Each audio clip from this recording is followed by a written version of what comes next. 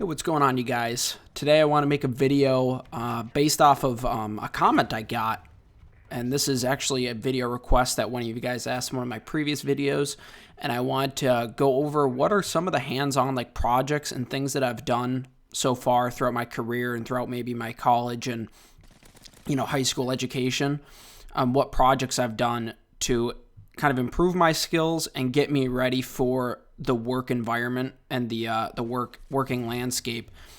So I want to cover some things. Now, I do want to preface this by saying these things, even though they are effective and you should do them, and it will definitely help, nothing does compare to the on-site work experience. Just the tools and things you will get access to when working on site and the things you will learn are just exponential, and they're just, college can only do so much.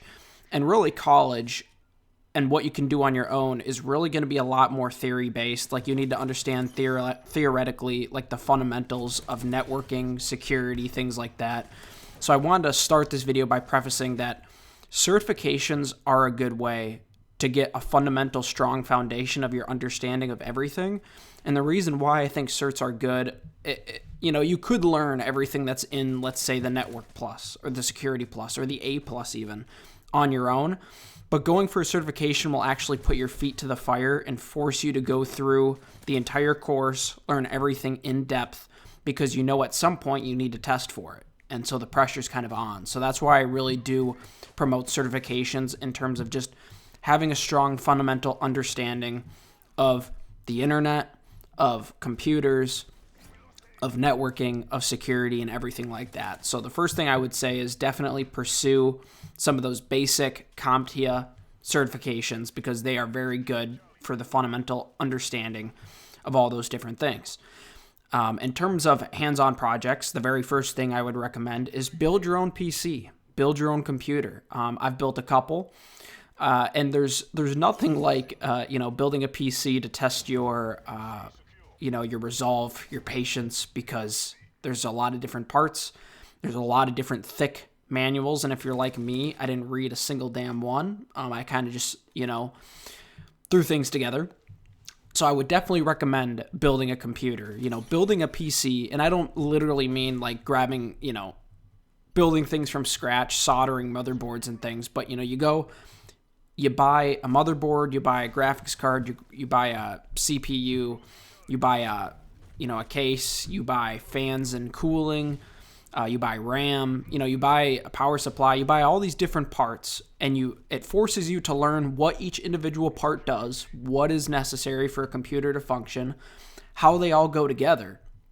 And even more importantly than that, because that's all hardware and that's all good and that's very good, but if you're getting into cybersecurity, you're probably not going to be dealing with hardware like maybe an IT support desk will.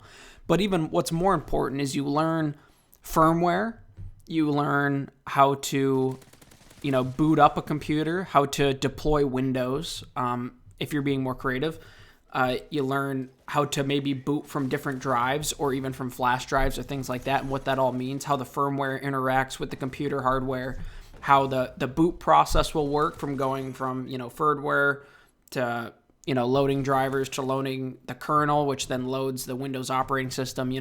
You learn that whole boot up process, which is very important for cybersecurity, and just, the whole fundamentals of how a computer works. So I would say definitely build a computer, learn how to put all the parts together, learn how to deploy Windows, how to boot it up, learn how all that whole process works, what's necessary for everything. And that's a whole, that's a lot of IT support stuff too, but those fundamentals are very important, and you could really go down a rabbit hole with that and learn so much more that's in the A plus and whatnot. But building a PC will force you to learn a lot of those fundamentals, which is why I recommend building a PC. In terms of cybersecurity related, and this would also be networking heavy, you can make it networking heavy. Another big thing I did, I've done many of these throughout college and even on my free time, is building virtual machines.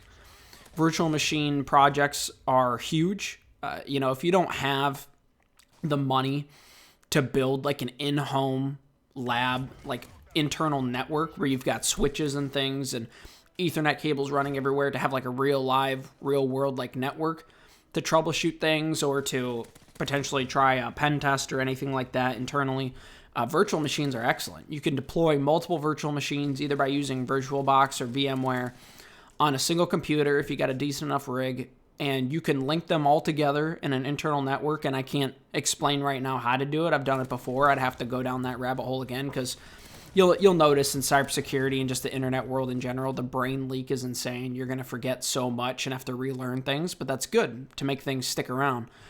But you can, deploy multiple virtual machines on a single computer. You can link them all together. You can create an internal network, and you could have maybe one virtual machine running Kali Linux. You could have another virtual machine running a vulnerable version of Linux.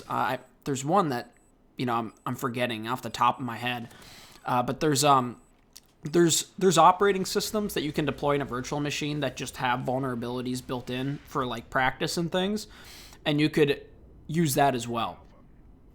So in terms of understanding networking and how these virtual machines as virtual computers would communicate with each other, how you would practice red team, that is something you can definitely do. And I think that's huge for learning also networking fundamentals, along with if you want to get into red teaming and things like that, learning indicators of compromise and whatnot. Other things you can do, if you're more into red teaming stuff, which I don't have a lot of experience in red teaming, it's hard to get into for sure. You need to learn blue team first, definitely. But other red teaming things would be like Hack the Box. That's a great website for learning how to do pen tests and break into things. They teach you fundamentals of things like that. And also a tool that you can use that there's actually a free version that we used in college is Burp Suite. So Burp Suite allows you to capture like internet packets going between hosts, and you can see, web requests and the raw logs and things like that. You can decipher things that way, maybe do man-in-the-middle attacks or learn about those, things like that. So different tools like that and websites will definitely help you. Along with, if you want more blue team stuff, try HackMe is a great website for learning not only fundamentals of network security, but also just getting hands-on labs with maybe what I do from a day-to-day basis, blue teaming and things like that. Learning how to triage alerts and understand what might be a routine false positive, what's noise, and what's something that's going to stand out. Try HackMe is good for that. And also, one of the skills that I've mentioned in a previous video that's super important, that seems to be relevant everywhere I go in cybersecurity, is reading logs, learning how to read logs. And some things you can do without any tools at all is you could go into your Windows computer and bring up Windows Log Event Viewer, and you could get used to looking at, status codes, 4624, 4625. If you guys are in cyber, you know that those are successful and failed logon event codes. So learning things like that in the Windows Log Event Viewer is huge. Reading logs in general, understanding what's occurring in logs, and how to decipher patterns in terms of when you're looking at large amounts of data, how to understand when a brute force is occurring, how to understand when something is an anomaly, things like that. And you can also use a tool called Splunk if you have access to that. I don't have a whole lot of experience with Splunk because most of my log reading has come from on-the-job work, but Splunk is a tool that will allow you to look at logs in kind of like a SIEM-like environment that other, analysts like myself look at, and you'll be able to look at large amounts of log trends and things like that.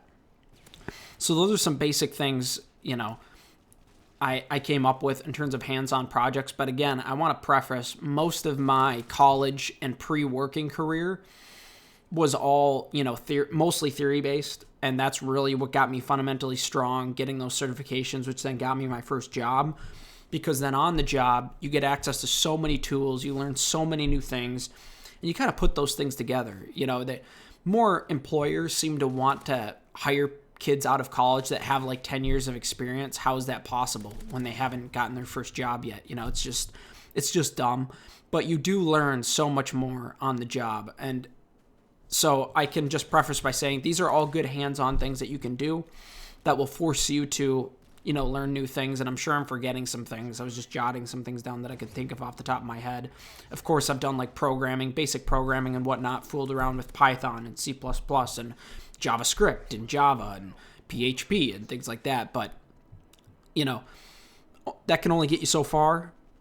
Get those certifications, understand computer hardware, A+ basics, networking basics, security basics.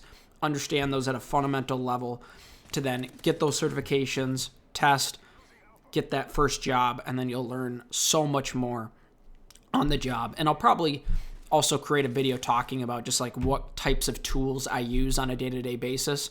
Let me know if you guys would be interested in that. I think I have that jotted down as one of my video ideas. But anyways, leave a comment down below of what you guys thought of this video, what you thought about my tips and things that you can do basically at home for low cost or free. And, there's a lot of, again, Windows tools that you can use, like the Windows Log Event Viewer. You can go and download something called sysinternals, which will allow you kind of to do more like host-based, networking and troubleshooting of basically local computer activities. You can download stuff like Wireshark to see more network-based packets and things like that. So there are definitely a lot of free tools out there that you can use, to build up your skills. But in terms of projects, again, go through certifications, get those fundamental understandings of everything I mentioned, build a computer, use virtual machines like crazy, because virtual machines are a crazy good resource, especially for something like something free like VirtualBox, or use Docker, use containers, things like that. Utilize websites like Hack the Box and Try Hack Me. They'll definitely give you a lot of hands-on labs and things like that. Burp Suite, Splunk to get into a little bit more advanced things and log reading and things like that. But again, leave comments down below of what you guys think. And that's all for now. Peace.